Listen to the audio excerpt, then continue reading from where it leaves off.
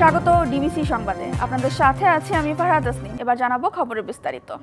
দেশের বিরাজমান রাজনৈতিক অস্থিরতার মধ্যে বিএনপি ও জামায়াতে ইসলামীকে বৈঠকের আমন্ত্রণ জানিয়েছেন প্রধান উপদেষ্টা ডক্টর মোহাম্মদ ইউনূস। শুক্রবার রাতে প্রধান উপদেষ্টার প্রেস উইং থেকে এমন তথ্য জানানো হয়। প্রেস উইং জানায়, বিএনপি ও জামায়াত দুই দলের সঙ্গে আলাদা আলাদাভাবে বৈঠক করবেন প্রধান উপদেষ্টা। সন্ধ্যা ৭টায় বিএনপি এবং ১ ঘন্টা পরই রাত ৮টায় জামায়াতের সঙ্গে বৈঠক হওয়ার কথা রয়েছে।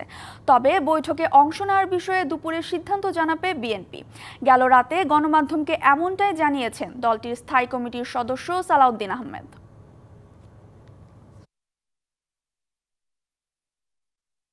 প্রধান উপদেষ্টার পদত্যাগ চায় না বিএনপি, তবে আবেগের বশে ডক্টর মোহাম্মদ ইউনূস পদত্যাগ করলে বিকল্প বেছে নেবে জাতি। ডিবিসি নিউজের সাথে দেয়া একান্ত সাক্ষাৎকারে এমন মন্তব্য করেছেন বিএনপির স্থায়ী কমিটির সদস্য সালাউদ্দিন আহমেদ। নির্বাচন বিলম্ব হওয়ায় উদ্বেগ প্রকাশ করেন তিনি। বলেন, চলমান সংকট সমাধানের একমাত্র পথ নির্বাচনী রোডম্যাপ ঘোষণা। সালাউদ্দিন আহমেদের সঙ্গে একান্তে কথা বলেছেন আনোয়ার হোসেন। দেখুন বিস্তারিত। আমরা তো একটা রোডম্যাপ চেয়েছিলাম নির্বাচনের জন্য, ওনার পদত্যাগ তো আমরা চাইনি। আমরা পদত্যাগ চেয়েছি সরকারের নিরপেক্ষতা বজায় রাখার জন্য দুইজন ছাত্র প্রতিনিধির। রাষ্ট্র পরিচালনার বিষয়, এখানে আবেগের কোনো স্থান নাই। তিনি নির্বাচনের রোডম্যাপ ঘোষণা করার পরিবর্তে যদি নিজে পদত্যাগ করতে চান বা দায়িত্ব ছেড়ে দিতে চান, সেটা ওনার ব্যক্তিগত বিষয় হতে পারে, কিন্তু আমরা তো ওনার পদত্যাগ দাবি করিনি। আর যদি একান্তই ব্যক্তিগতভাবে উনি দায়িত্ব পালন করতে অপারগ হন, তো রাষ্ট্র তো বসে থাকবে না, রাষ্ট্র তো একটা বিকল্প ব্যবস্থা খুঁজে নেবে। প্রধান উপদেষ্টা ডিসেম্বরের মধ্যে নির্বাচন অনুষ্ঠানের জন্য সুনির্দিষ্ট রোডম্যাপ প্রদান না করেন, তাহলে বিএনপি রাজনৈতিক দল হিসেবে এই সরকারকে সহযোগিতা অব্যাহত রাখবে কিনা সেটা আমরা আবার পুনর্বিবেচনা করব। প্রধান উপদেষ্টা ডক্টর মোহাম্মদ ইউনূসের পদত্যাগ ইস্যু নিয়ে চলছে নানা আলোচনা। জামায়াত বলছে টিকিয়ে রাখতে হবে অন্তর্বর্তী সরকারের নেতৃত্বকে, তার অধীনেই হবে সুষ্ঠু নির্বাচন। আর সিপিবি বলছে প্রধান উপদেষ্টার পদত্যাগই সমাধান নয়, প্রয়োজনে পুনর্গঠন হতে পারে উপদেষ্টা পরিষদ। এদিকে নির্বাচনী রোডম্যাপের পাশাপাশি বিএনপি যেন জুলাই গণহত্যা ও শেখ হাসিনার বিচারের দাবি তুলে, এমন আহ্বান জানান এনসিপি নেতা সার্জিস আলম। হঠাৎ করেই টক অফ দ্য কান্ট্রিতে পরিণত হয়েছে প্রধান উপদেষ্টা ডক্টর মোহাম্মদ ইউনূসের পদত্যাগের খবরের প্রসঙ্গটি। এই খবর চাউর হওয়ার পর বৃহস্পতিবার সন্ধ্যায় প্রধান উপদেষ্টার বাসভবন যমুনায় গিয়ে তার সঙ্গে দেখা করেন জাতীয় নাগরিক পার্টি এনসিপির আহ্বায়ক নাহিদ ইসলাম। সঙ্গে ছিলেন দুই উপদেষ্টা। এ নিয়ে গণমাধ্যমে কথা বলেন নাহিদ, জানান পদত্যাগের ইঙ্গিত দিয়েছেন ডক্টর মোহাম্মদ ইউনূস। বিষয়টি সামাজিক যোগাযোগ মাধ্যম সহ সর্বত্র আলোচনার তুমুল ঝড় তোলে। জামায়াতে ইসলাম বলছে, প্রধান উপদেষ্টা পদত্যাগের যে ইচ্ছা পোষণ করেছিলেন তার কারণ রাজনৈতিক দলগুলোর সদিচ্ছা না থাকা। অন্তর্বর্তী সরকারের নেতৃত্বকে টিকিয়ে রাখার কথাও বলছে দলটি। আমরা একটা সুষ্ঠু নির্বাচন করতে পারবো কিনা এই কারণে কেউ কেউ পদত্যাগ করার মতো চিন্তা তার মধ্যে প্রকাশ পাচ্ছে। এই উদ্বেগ উৎকণ্ঠার জন্য শুধু প্রশাসন নয়, রাজনৈতিক দলের সহযোগিতাও তার জন্য দায়ী বলে আমরা মনে করি। অধ্যাপক ইউনূসের নেতৃত্বেই যে ইন্টারিম গভর্নমেন্ট আছে, সেই গভর্নমেন্টকে টিকে রাখতে হবে, টিকে থাকা অপরিহার্য প্রয়োজন। একটি সুষ্ঠু, সঠিক, নিরপেক্ষ এবং স্বচ্ছ নির্বাচনেই এই বিশাল সংকটের মূল সমাধান হতে পারে। বাংলাদেশ কমিউনিস্ট পার্টি সিপিবি বলছে, প্রধান উপদেষ্টার পদত্যাগে সব সমস্যার সমাধান নয়। উনি এবং ওনার টিম অনেক সময় অনেক কাজে হাত দিয়ে ফেলেছে যেটা ওনারা করতে পারছে না, এবং এটাকে অন্তর্বর্তীকালীন সরকারের করণীয় বলে আমরা মনে করি না। সুতরাং আমি মনে করি সমাধানই হচ্ছে ১ নম্বর, এই সরকারের পক্ষ থেকে পারলে আজকেই তারা বৈঠক করে নির্বাচনের সুনির্দিষ্ট তারিখ ঘোষণা করবেন। এদিকে নির্বাচনী রোডম্যাপের সাথে গণহত্যা ও শেখ হাসিনার বিচারের দাবিও যেন বিএনপি তোলে, এমন আহ্বান জানিয়েছেন এনসিপির উত্তরাঞ্চলের মুখ্য সংগঠক সার্জিস আলম। বিএনপি যেমন বলছে যে তারা নির্বাচনের রোডম্যাপ চায়, বিএনপি যেন এটাও বলে যে তারা গণহত্যার বিচারের রোডম্যাপ চায়। বিএনপি যেন এটাও বলে যে তারা সংস্কারগুলোর রোডম্যাপ চায়। বিএনপি যেন এটাও বলে কবে খুনি হাসিনার রায় বাংলাদেশে হবে সেই ইয়ার শেষটা কবে হবে এই রোডম্যাপটাও যেন বিএনপি চায়। Sultana Swarna, DBC news, Dhaka. প্রধান উপদেষ্টা ডক্টর মোহাম্মদ ইউনূসের পদত্যাগ নিয়ে চলছে নানা বিতর্ক, আলোচনা ও সমালোচনা। এ নিয়ে বিভিন্ন দলের রাজনীতিকরা সামাজিক যোগাযোগ মাধ্যমেও সরব জানিয়েছেন তাদের প্রতিক্রিয়া। বৃহস্পতিবার রাতভর প্রধান উপদেষ্টার পদত্যাগের গুঞ্জন। গেল ২৪ ঘণ্টায় এ নিয়ে সামাজিক যোগাযোগ মাধ্যমেও সরব ছিলেন রাজনীতিকরা। অন্তর্বর্তী সরকারের উপদেষ্টা মাহফুজ আলম ফেসবুকে লিখেছেন, দেশপ্রেমিক জনগণ যারা জুলাই অভ্যুত্থানে ঐক্যবদ্ধ ছিলেন তাদের সামনে দীর্ঘ পরীক্ষা। এ পরীক্ষা ঐক্যের ও ধৈর্যের। এ পরীক্ষা উতরে যেতেই হবে। উপদেষ্টা আসিফ মাহমুদ তার স্ট্যাটাসে লেখেন, স্বপ্ন দেখে স্বপ্ন ভঙ্গের কষ্টই বোধ হয় এদেশের ভাগ্য। এদিকে দেশের বিদ্যমান পরিস্থিতিতে জামায়াতে ইসলামীর আমির শফিকুর রহমান তার ভেরিফাইড ফেসবুক পেজে সব পক্ষকে দায়িত্বশীল ভূমিকা পালনের অনুরোধ জানান। এবি পার্টির চেয়ারম্যান মুজিবুর রহমান মঞ্জুও তার ফেসবুকে লেখেন, জুলাই আগস্টে সবাই মিলে উপড়ে ফেলেছিল ফ্যাসিবাদের মূল। এখন আমরা সবাই মিলে যা করছি তা হলো অমার্জনীয় ভুল। দেশের এই পরিস্থিতিতে এনসিপির দক্ষিণাঞ্চলের মুখ্য সংগঠক হাসনাত আবদুল্লাহ ফেসবুকে পোস্ট করেছেন। তিনি লিখেন, দেশের জন্য ঐক্যবদ্ধ থাকার কোনো বিকল্প নেই। এনসিপির জ্যেষ্ঠ যুগ্ম মুখ্য সমন্বয়ক আব্দুল হান্নান মাসুদ এক ফেসবুক পোস্টে লেখেন, নিজ স্বার্থে জুলাইকে ধ্বংস করা হয়েছে। এদিকে এক ফেসবুক পোস্টে এনসিপির আহ্বায়ক নাহিদ ইসলাম লেখেন, জুলাই ঘোষণাপত্র দিতে হবে নির্ধারিত সময়ের মধ্যে। নির্বাচনের আগে গণহত্যার বিচার দৃশ্যমান ও রোডম্যাপ দিতে হবে। Nazmus Sakib Sami, DBC news, Dhaka. পরিবর্তিত রাজনৈতিক বাস্তবতায় নয়া মেরুকরণে ঢাকা বিশ্ববিদ্যালয়ের ছাত্র রাজনীতি।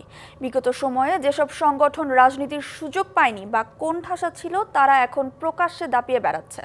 ছাত্রলীগ শূন্য ক্যাম্পাসে এখন চলছে ছাত্রদল, ছাত্র শিবির, বাম সহ বিভিন্ন ছাত্র সংগঠনের কার্যক্রম। একক আধিপত্যের রাজনীতি ফিরতে না দেওয়ার প্রত্যয় জানিয়ে শিক্ষার্থী বান্ধব রাজনীতির কথা বলছে ছাত্রদল। আর বাধ্য হয়ে যারা ছাত্রলীগ করত কিন্তু সন্ত্রাসী ছিল না তাদের সুযোগ দিতে চায় ছাত্র শিবির। ৫২ ভাষা আন্দোলন, ৬২ ছাত্র আন্দোলন, ৬৯ গণ অভ্যুত্থান কিংবা ৯০ স্বৈরাচার বিরোধী আন্দোলনের সোনালী ইতিহাসকে ছাপিয়ে গত ১.৫ দশকে ছাত্র রাজনীতি হয়ে উঠেছিল ভয়ের এক অধ্যায়। শেখ হাসিনা সরকারে টানা ৪ মেয়াদে ঢাকা বিশ্ববিদ্যালয়ের সব আবাসিক হলের একচ্ছত্র নিয়ন্ত্রণ ছিল ছাত্রলীগের হাতে বলেই অভিমত শিক্ষার্থীদের। সে সময় অন্যান্য ছাত্র সংগঠন ছিল কোণঠাসা। তবে ২০২৪ সালের ৫ই আগস্ট ছাত্র জনতার অভ্যুত্থানে শেখ হাসিনার পতনের পর ছাত্রলীগ মুক্ত হয় দেশের সব পাবলিক বিশ্ববিদ্যালয়। ঢাকা বিশ্ববিদ্যালয়ের রাজনীতিতে নয়া মেরুকরণের হাওয়া লাগলেও আর কারো একক আধিপত্য চায় না বাম ছাত্র সংগঠনগুলো। সন্ত্রাস দখলদারিত্বের যে রাজনীতি সেটার বিরুদ্ধে একটা মতামত তৈরি হয়েছে। তাহলে আমরা সামনের দিনে এই শিক্ষার্থী বান্ধব রাজনীতিকে শক্তিশালী করা হবে, এই রকম সংগঠনগুলি শক্তিশালী হবে, শিক্ষার্থীরা এই শিক্ষার্থী বান্ধব রাজনীতিকে শক্তিশালী করবে, সেটা আমরা প্রত্যাশা করি। লেজুর ভিত্তিক রাজনীতি বাদ দিয়ে নতুন ধারার রাজনীতির পক্ষে নতুন ছাত্র সংগঠনের নেতারা। মাদা পার্টির অর্ডার এখানে ফলানোর বাইরে গিয়ে তারা যদি ছাত্রীদের আশা আকাঙ্ক্ষার প্রতিফলন ঘটতে পারে তাহলে অবশ্যই আমরা শুধুমাত্র ছাত্র রাজনীতি না, পরবর্তী বাংলাদেশের জাতীয় রাজনীতি এবং বাংলাদেশের ভবিষ্যৎ নির্মাণে অন্যতম বড় ভূমিকা রাখবে। ঢাকা বিশ্ববিদ্যালয়ে ৩ দশক প্রকাশ্যে রাজনীতি করতে না পারা ছাত্র শিবিরের দাবি, বিগত সময়ে বাধ্য হয়ে অনেকেই ছাত্রলীগের মিছিল সমাবেশে অংশ নেন। যারা সন্ত্রাসী কার্যক্রমে ছিল না তাদের সুযোগ দেওয়ার পক্ষে সংগঠনটি। যারা একসময় বাধ্য হয়ে ছাত্রলীগ করেছেন তাদেরকে আমার মনে হয় যে তাদের যে স্পেসটা, তাদের যে গণতান্ত্রিক স্পেসটা, সেই স্পেসের ব্যাপারে তারা যদি অন্য কোনো রাজনীতি করতে চান বা বাধ্য হয়ে ছাত্রলীগের রাজনীতি করার কারণে যদি তাদেরকে আমরা সমাজ থেকে বিচ্যুত করতে চাই, আমার মনে হয় এটি ঠিক হবে না। কিন্তু যারা ফৌজদারি অপরাধের সাথে যারা জড়িত তাদের ক্ষেত্রে অবশ্যই বিশ্ববিদ্যালয় প্রশাসনকে শক্ত ব্যবস্থা নিতে হবে এবং আমরা বারবার দাবি জানিয়ে এসেছি ব্যাপারে। ক্যাম্পাসে শিক্ষার্থী বান্ধব রাজনীতি চায় ছাত্রদল। শিক্ষার্থীদের কল্যাণে আরও বেশি কীভাবে কাজ করা যায় এবং ওতপ্রোতভাবে জড়িয়ে থাকা যায় এই বিষয়ে কিন্তু আমরা অলরেডি বিভিন্ন ধরনের কার্যক্রম নিচ্ছি, তরুণদের মতামত নিচ্ছি। বিশ্ববিদ্যালয় ছাত্রদলের সাধারণ সম্পাদক বলেন, যারা ছাত্রলীগের রাজনীতি করে সন্ত্রাসী কর্মকাণ্ডে যুক্ত ছিল তাদের পুনর্বাসনের সুযোগ দেওয়া হবে না। ছাত্রলীগের একটি পদ নেওয়ার মাধ্যমে এবং এই ক্যাম্পাসে বিভিন্ন সুযোগ সুবিধা গ্রহণ করার জন্য একটি অবৈধ ক্ষমতার মসনদকে দীর্ঘায়িত করতে ভূমিকা পালন করেছে। আমরা মনে করি 5 আগস্ট পরবর্তী সময়ে তাদের এই বাংলাদেশে রাজনীতি করার যে পরিবেশ, সেই অধিকার তারা হারিয়ে ফেলেছে নৈতিকভাবে। সাধারণ শিক্ষার্থীরা চান বহুদলীয় রাজনীতি চর্চার মাধ্যমে তাদের অধিকার আদায়ে যেন সক্রিয় থাকে ছাত্র সংগঠনগুলো। Farhaduzzaman, DBC news, Dhaka. দেশে শিক্ষিত বেকারের সংখ্যা বাড়ছেই। অর্থনৈতিক ও রাজনৈতিক অস্থিতিশীলতা এবং কর্মমুখী শিক্ষা না থাকা সহ বেশ কিছু কারণে বেকারত্ব বেড়েছে আশঙ্কাজনক হারে। গেল কয়েক মাসে বিনিয়োগ থমকে যাওয়াকেও বেকারত্বের অন্যতম কারণ মনে করছেন বিশ্লেষকরা। রাসেল মাহমুদ, হাতে সনদ, চোখের স্বপ্ন। পড়াশোনা শেষ করেও পা রাখতে পারেননি কর্মজীবনে। 2018 সালে অনার্স মাস্টার্স কমপ্লিট করে এরপর বিভিন্ন জায়গায় জবের জন্য ট্রাই করি, যেখানে আত্মীয়করণ করা হয়, সঠিক মেধার মূল্যায়ন করা হয় না, যার কারণে আমি অনেক দিন ট্রাই করার পর থেকে আমি এখন আর জবের জন্য ট্রাই করি না। বাংলাদেশ পরিসংখ্যান ব্যুরোর তথ্য অনুযায়ী কাজের ইচ্ছা এবং প্রস্তুতি থাকা সত্ত্বেও যারা 7 দিনে 1 ঘন্টাও কোনো কাজ করেননি তারাই বেকার। যদিও বাংলাদেশের প্রেক্ষাপটে এভাবে জীবন ধারণ অসম্ভব। এই জটিল হিসেবে দেশে বেকার সংখ্যা প্রায় 27 লাখ। তাই চাকরির হাহাকার শুধু পরিসংখ্যানই নয়, একটি প্রজন্মের দৈনন্দিন বাস্তবতা। আমি তো সরকার চাকরি আসে ছেড়ে দিচ্ছি একবার, মানে এতগুলো ভাইবা দেওয়ার পরেও যদি চাকরি না হয় সেক্ষেত্রে তো আর ভাইবা দিয়ে তো লাভ নেই। আমি 100-200 ভাইবা দিলেও আমার চাকরি হবে না, যেখানে স্বজন প্রীতি বা এগুলো থাকে। উদ্যোক্তারা জানান, দেশের অর্থনৈতিক প্রবৃদ্ধি নতুন কর্মসংস্থান সৃষ্টিতে কার্যকর ভূমিকা রাখতে পারছে না। শিক্ষিত যুবকদের মধ্যেও আছে দক্ষতার অভাব। সে পুস্তকগত বিদ্যা নিয়ে আসতেছে, কিন্তু যখন সে আমাদের এখানে ডিরেক্টলি এসে মার্কেটে মুভ করতেছে, তার ওই প্র্যাকটিক্যাল নলেজের জায়গাটাতে একটা ল্যাপস পেয়ে যাচ্ছে। তো সেক্ষেত্রে দেখা যায় আমরা যারা চাকরিদাতা, যদি সে খুব একটা স্কেল আপ করতে না পারে, আমরাও একটু ডিমোটিভেট হই। শিক্ষা ব্যবস্থা কর্মমুখী না হওয়া এবং রাজনৈতিক পট পরিবর্তনের কারণে শিল্প খাতে বড় আঘাত এসেছে, যাকে বেকারত্ব বাড়ার অন্যতম কারণ হিসেবে দেখছেন এই গবেষক। জব মার্কেট দেশের ভিতরে এবং দেশের বাইরে কী ধরনের দক্ষতা ডিমান্ড করে সেটা বিবেচনা রেখে কিন্তু আমাদের শিক্ষা ব্যবস্থাকে আমরা কখনোই সাজানোর চেষ্টা করিনি। বা যত দ্রুত সম্ভব আমাদের একটা স্ট্যাবিলিটির দিকে এগোতে হবে। আমি যেটাকে বলছি একটু পলিটিক্যাল স্ট্যাবিলিটি। এছাড়াও রাজনৈতিক অস্থিরতা, নিরাপত্তা সংকট এবং দেশি বিদেশি বিনিয়োগ কমে যাওয়ায় কর্মসংস্থানের সুযোগ কমে গেছে। বা কর্মসংস্থানের ক্ষেত্রে যদি বিনিয়োগের একটা ইতিবাচক ধারা ধরে রাখতে চাই, তাহলে নির্বাচনটা আসলে খুব সবচেয়ে বড় এই ক্ষেত্রে একটি নিয়ামক হয়ে দাঁড়িয়েছে। অনিশ্চিত রাজনৈতিক পরিবেশে কোনোভাবেই কিন্তু কোনো ধরনের বিনিয়োগ হয় না। এটা অভ্যন্তরীণ বিনিয়োগ বলি বা বিদেশি বিনিয়োগ বলি। প্রতিকারে দ্রুতই দেশের রাজনৈতিক স্থিতিশীলতা আনতে প্রয়োজনীয় পদক্ষেপ গ্রহণের পরামর্শ তার। Rifat Tasnuva, DBC news, Dhaka. DBC সংবাদে এ ছিল এখনকার মতো। ডিবিসি নিউজের সংবাদগুলো পড়তে ভিজিট করুন dbcnews.tv আর ভিজিট করুন ডিবিসির ফেসবুক পেজ এবং ইউটিউব চ্যানেল। সঙ্গেই থাকুন।